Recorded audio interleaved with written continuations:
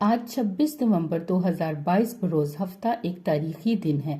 عمران خان کی حقیقی آزادی کی کال لانگ مارچ مکمل ہو رہا ہے۔ آج پورے ملک سے پاکستان تحریک انصاف کے سپورٹرز راولپنڈی میں جمع ہو رہے ہیں اپنے لیڈر کو سننے اور دیکھنے کے لیے۔ راولپنڈی خوشی منا رہا ہے کہ اس کو یہ اعزاز حاصل ہوا کہ لانگ مارچ کا منطقی انجام ادھر ہوگا۔ اس خوشی کے سماں میں کچھ لوگ بہت اذیت اور کرب میں مبتلا ہیں۔ لانگ مارچ ایک احتجاج ہے جو کہ پی ٹی آئی امپورٹڈ حکومت اور اس کے سہولت کاروں کے خلاف کر رہی ہے تاکہ ملک میں فری اینڈ فیئر الیکشنز کی راہ ہموار کی جا سکے۔ احتجاج کرنا ہر سیاسی پارٹی کا جمہوری حق ہے۔ اس مارچ کو مخالفین نے خونی مارچ کا نام دینے کی کوشش کی۔ یہ مارچ جہاں سے گزرا امن ہی امن رہا، لوگوں نے پھولوں کی پتیاں نچھاور کی۔ حالانکہ اس کارواں نے ایک قاتلانہ حملے کو بھی فیس کیا جس میں عمران خان صاحب خود بھی زخمی ہوئے، پھر بھی مخالفین اس کو خونی مارچ کا نام دے رہے ہیں۔ پاکستان تحریک انصاف کے علاوہ کوئی سیاسی جماعت اس وقت ملک کے وسیع تر مفاد میں فیصلہ کرنے کی صلاحیت نہیں رکھتی۔ مذہبی رجحان رکھنے والی جماعتیں خاموش تماشائی بنی بیٹھی ہیں۔ تعجب ہے کہ اسلام کے نام پر حاصل کیا گیا ملک، مذہبی جماعتیں اس کے مستقبل سے لا تعلق ہیں۔ یہ سب رویے ثابت کرتے ہیں ان جماعتوں کی دوغلی اور منافقانہ پالیسیاں۔ مذہبی جماعتوں کا یہی رویہ قیام پاکستان کے وقت تھا۔ مسلم لیگ اور قائد اعظم کی حمایت تو درکنار، بلکہ کانگریس کے ساتھ مل کر تحریک پاکستان کو نقصان پہنچانے کا کوئی موقع ہاتھ سے نہ جانے دیتے تھے۔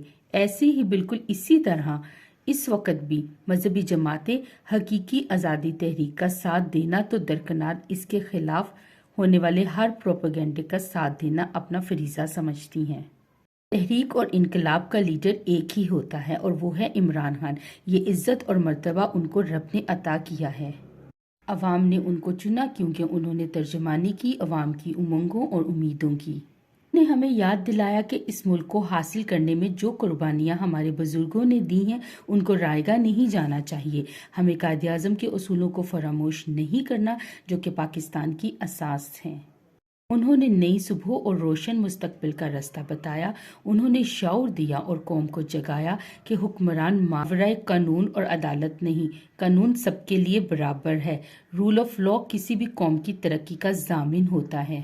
مارچ 2022 سے لے کر 26 نومبر 2022 تک کے سارے منظرنامے میں جوڈیشری کی مجرمانہ خاموشی کی قیمت ادا کی پاکستانی قوم نے۔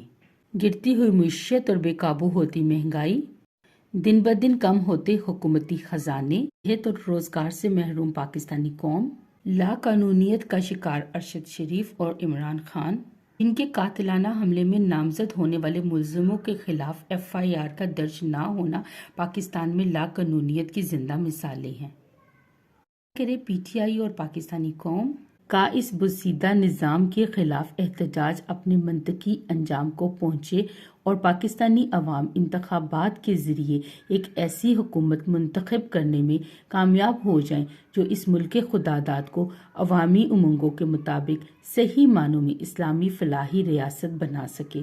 اپنا بہت سا خیال رکھیے گا۔ پاکستان کے لیے دعا گو ہیں۔ شکریہ۔